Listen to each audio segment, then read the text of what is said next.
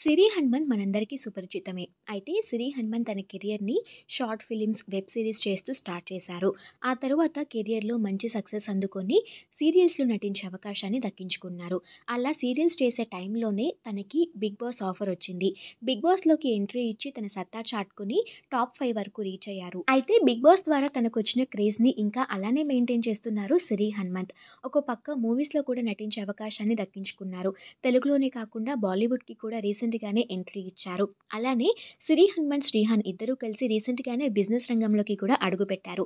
ప్రస్తుతం కెరియర్‌లో బాగా బిజీగా గడిపేస్తున్న సిరి హనుమంత్ షూటింగ్స్ అన్నిటికి కాస్త ఆఫ్ తీసుకొని మున్నార్ వెకేషన్‌కి వెళ్లారు.